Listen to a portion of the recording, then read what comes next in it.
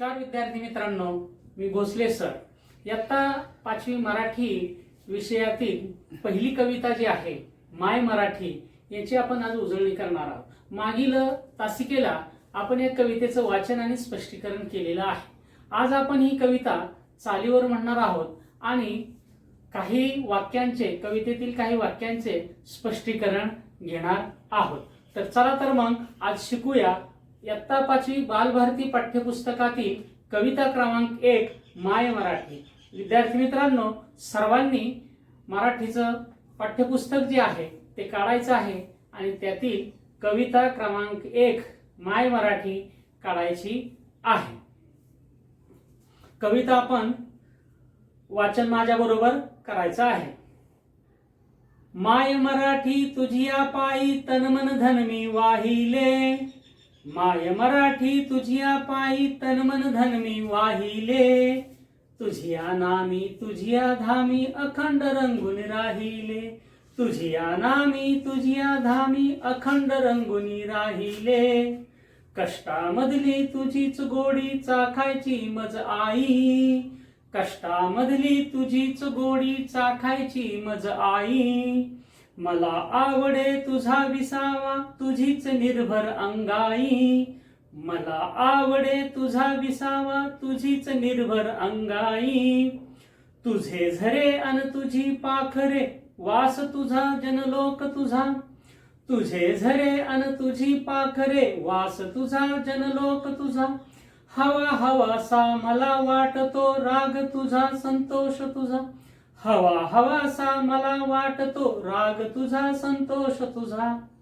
माय मराठी तुझ्या अंकी लोळण घेते बागडते, माय मराठी तुझ्या अंकी लोळण घेते बागडते, तसेच अलगत तव आभाळी भरारणे मज आवडते, तसेच अलगत तव आभाळी भरारणे मज आवडते, तुझे चालणे तुझे बोलणे दाखव मजला रीत तुझी, तुझे चालणे तुझे बोलणे दाखव मजला रीत तुझी, जे ओठी ते पोटी असली शिकवी मजला प्रीत तुझी, जे ओठी ते पोटी असली शिकवी मजला प्रीत तुझी, तुझ्यासाठी गुंफित बसते मोहनमाला शब्दांची, तुझ्यासाठी गुंफित बसते मोहनमाला शब्दांची, अर्थ साजरा गंध लाजरा नवल परी पण रंगाची, अर्थ साजरा गंध लाजरा नवल परी पण रंगाची, माय मराठी तुझ्यासाठी वात होऊन जळते मी, माय मराठी तुझ्यासाठी वात होऊन जळते मी, क्षणाक्षणाने कणाकणाने तुझ्या स्वरूपा मिळते मी, क्षणाक्षणाने कणाकणाने तुझ्या स्वरूपा मिळते मी. विद्यार्थी मित्रांनो, तुम्ही ही कविता माझ्या बरोबर म्हणला असालच. तर आता या कवितेचं आपण आपल्या पद्धतीने गायन केलेलं आहे. आता या कवितेतील ज्या काही ओळी आहेत यांचं थोडक्यात स्पष्टीकरण आपण घेऊया. पहिली ओळ आहे, माय मराठी तुझिया पायी तनमन धन मी वाहिले, तुझिया नामी तुझिया धामी अखंड रंगुनी राहिले. इथं बोर्डवर लिहिले आहे ते पण दिसत आहे तुम्हाला. त्याचप्रमाणे तुमच्याजवळ पुस्तक आहे त्याच्यामध्येही लक्षपूर्वक पाहायचं आहे. कवयित्री या कवीच्या आहेत, या कवितेच्या कवयित्री आहेत संजीवनी मराठे. या कवयित्री काय म्हणतात की hey my Marathi, hey my Marathi तुझ्या पायी मी तनमन धन वाहिली आहे, पूर्ण तन मन धनाने मी तुझी सेवा करण्यासाठी मी हे तन मन धन वाहिले आहे आणि तुझ्या नामात तुझ्या धामात मी अखंड रंगून राहिले आहे, तुझ्या नामामध्ये मी मग्न झाले आहे असं कवयित्री म्हणते आहे. जसं आपलं आपल्या आईवर प्रेम असतं तसंच आपलं आपल्या मातृभाषेवर प्रेम असतं, आपल्या मातृभूमीवर आपलं प्रेम असतं. त्याचप्रमाणे कवी म्हणते की मी ह्या तुझ्या नामावर तुझ्या धामात मी अखंड रंगून राहिली आहे. मराठी भाषा जी आहे आपली मातृभाषा आहे आणि मराठी भाषा किती श्रेष्ठ आहे यामध्ये फार मोठ्या संत महात्मा महंतांनी या मराठी भाषा वाढवण्यासाठी फार मोठं योगदान दिलेलं आहे. मराठी भाषेचं महत्त्व सांगताना भावार्थ दीपिका म्हणजेच ज्ञानेश्वरी या ग्रंथामध्ये संत श्रेष्ठ ज्ञानेश्वर महाराज म्हणतात की माझ्या मराठीचा बोलू कौतुके, माझ्या मराठीचा बोलू कौतुके, अमृतातेही पैजा जिंके, ऐसे अक्षरे रसिके मिळविना. माझ्या मराठीची थोरवी किती आहे की ही माझी मराठी जी आहे या मराठी भाषेचं कौतुक काय सांगू, हे मराठी भाषेचं श्रेष्ठत्व काय वर्णू की जी पैजेमध्ये अमृतालाही जिंकेल, अमृताहून अशी मधुर आणि गोड अशी माझी ही मराठी भाषा आहे. असं मराठी भाषेचं महत्त्व संत ज्ञानेश्वरांनी सांगितलंय.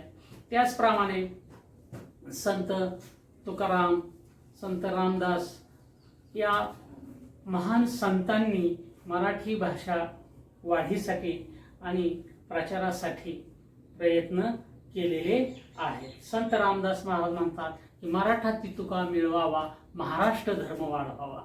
हे महाराष्ट्र धर्म वाढवण्यासाठी संतांनी मराठी भाषेचा आश्रय घेतला आणि ही भाषा समृद्ध केलेली आहे. अशी ही माझी मराठी भाषा समृद्ध, थोर आणि मधुर अशी आहे. त्यानंतरची दुसरी ओळ आहे, कष्टामधली तुझीच गोडी, चाखायची मजा आहे, मला आवडे तुझा विसावा, तुझीच निर्भर अंग आहे. कष्ट. आता या मराठी माता किंवा मराठी माय आपल्याला काय शिकवते तर आपल्याला घरातूनच चांगले संस्कार होत असतात. तसेच हे भाषेचे आपल्यावर संस्कार होतात की कष्ट, कष्टे विन फळ नाही. संतांनी सुद्धा सांगितलेलं आहे कष्टे विन फळ नाही, की कष्ट केल्याशिवाय आपल्याला फळ मिळत नाही. तर भाषा आपल्याला काय शिकवते की कष्ट करण्यास आपल्याला शिकवते. आणि कवयित्री म्हणते की ह्या कष्टामधली तुझी गोडी चाखायची मजा आहे. म्हणजे जे शिकवलेलं आहे या कष्टामधली जी चव आहे. थोडक्यात काय तर आपण योग्य मार्गाने, चांगल्या मार्गाने कष्ट केलं पाहिजे, श्रम केलं पाहिजे. श्रम करण्याची आपल्याला लाज वाटता कामा नये. काम हे काम असतं ते लहान किंवा मोठं नसतं, पण जे काही काम आपल्याला मिळालेलं आहे, जे आपल्याला वाटायला आलेलं आहे ते आपण प्रामाणिकपणे केलं पाहिजे, प्रामाणिकपणे केलं पाहिजे. असं संस्कार आपल्याला ही आपली भाषा करते. आणि म्हणून कवयित्री म्हणते की कष्टामधली तुझीच गोडी, चाखायची मजा आहे, मला आवडे तुझा विसावा, तुझीच निर्भर अंग आहे. आता कष्ट केल्यानंतर, थकवा आल्यानंतर हा विसावा, या भाषेतील असणारा विसावा मला आवडतो आहे. आणि जेव्हा जसं आई लहान मुलाला अंगाई गीत गाते त्याप्रमाणे तुझी जी निर्भर अंगाई आहे, म्हणजे निर्मळ या ठिकाणी अर्थ घ्यायचा निर्भरचा, की अंगाई आहे ती मला आवडते. तुझ्या जवळचा विसावा आवडतोय, तुझी अंगाई आवडते असं कवयित्री म्हणते आहे. तुझे झरे आणि तुझी पाखरे, वास तुझा जनलोक तुझा, हवा हवासा मला वाटतो राग तुझा, संतोष तुझा. कवयित्री म्हणते की तुझ्या या मातृभूमीतले जे झरे आहेत, इथली पाखरं आहेत, तुझा सहवास आहे तो मला आवडतो आहे. आणि तुझा राग सुद्धा आवडतो, तुझा आनंद सुद्धा आवडतो. आई जी आहे, आई आपल्याला रागवते, आपल्या लहान मुलाला आई रागवते, धपाटा मारते, परंतु प्रेमही तेवढंच करत असते. त्याचप्रमाणे ही माय मराठी आहे, त्या माय मराठीचा जो राग आहे, क्रोध आहे, तो कवयित्रीला आवडतो आणि तिने केलेला आनंदही आवडतो. इथं आपण अर्धी कविता जी आहे त्याचं स्पष्टीकरण केलेलं आहे. त्यानंतर आपण यातले जे आलेले शब्दार्थ आहेत, अतिशय सोपी अशी, समजेल अशी, छान अशी कविता आहे. फार काही अवघड त्याच्यामध्ये शब्द नाही, परंतु त्यातले तरी काही त्यातल्या त्यात जे शब्दार्थ आहेत त्याची आपण माहिती घेऊ किंवा उजळणी घेऊ. आता या ठिकाणी बोर्डवर शब्दार्थ लिहिलेले आहेत. त्याच्यामध्ये पहिला शब्द आहे माय. माय म्हणजे आई. माय म्हणजे आई. त्यानंतर दुसरा शब्द आहे तन. तन म्हणजे शरीर. तन म्हणजे शरीर. त्यानंतर तिसरा शब्द आहे कष्ट. कष्ट म्हणजे श्रम किंवा काम. त्यानंतरचा शब्द आहे धन. धन म्हणजे संपत्ती. त्यानंतर पाखरे. पाखरे म्हणजे पक्षी. त्यानंतर आहे राग, द्वेष, क्रोध. त्यानंतर अलगत. अलगत म्हणजे हा कवितेत आलेला शब्द आहे. अलगत म्हणजे हळवा. त्यानंतर आभा. आभा म्हणजे आकाश, नभ. त्यानंतर प्रीत. प्रीत म्हणजे प्रेम. त्यानंतर शब्द आहे गंध. गंध म्हणजे सुगंध, वास. तर अशा प्रकारे ह्या अर्ध्या कवितेतले जे आपण स्पष्टीकरण पाहिलं त्यातले हे शब्द आहेत. आता ही कविता आपण पुन्हा एकदा म्हणणार आहोत. तुम्ही माझ्या बरोबर म्हणायची आहे. आता वारंवार आपण का रिपीट करतोय? कारण वारंवार रिपीट केल्यामुळं काय होणार आहे, ही कविता आपली पाठांतर होणार आहे. आणि कविता एकदा का आपली पाठांतर झाली, आपण चांगली म्हणता येऊ लागली की आपल्याला त्याच्यावरचा स्वाध्याय लिहिणं अतिशय सोपं जातं. म्हणून नेहमी लक्षात ठेवायचं की ज्या आपल्या मराठी असो, हिंदी असो, इंग्रजी असो, कोणत्याही भाषेमधल्या ज्या कविता असतील ह्या कविता नेहमी आपण पाठांतर करायच्या. म्हणून पुन्हा एकदा आता आपण संपवणार आहोत हा पाठ, म्हणून पुन्हा एकदा कविता आपण माझ्या बरोबर म्हणायची आहे. माय मराठी तुझिया पायी तनमन धन मी वाहिले, तुझिया नामी तुझिया धामी अखंड रंगुनी राहिले. माय मराठी तुझिया पायी तनमन धन मी वाहिले, तुझिया नामी तुझिया धामी अखंड रंगुनी राहिले.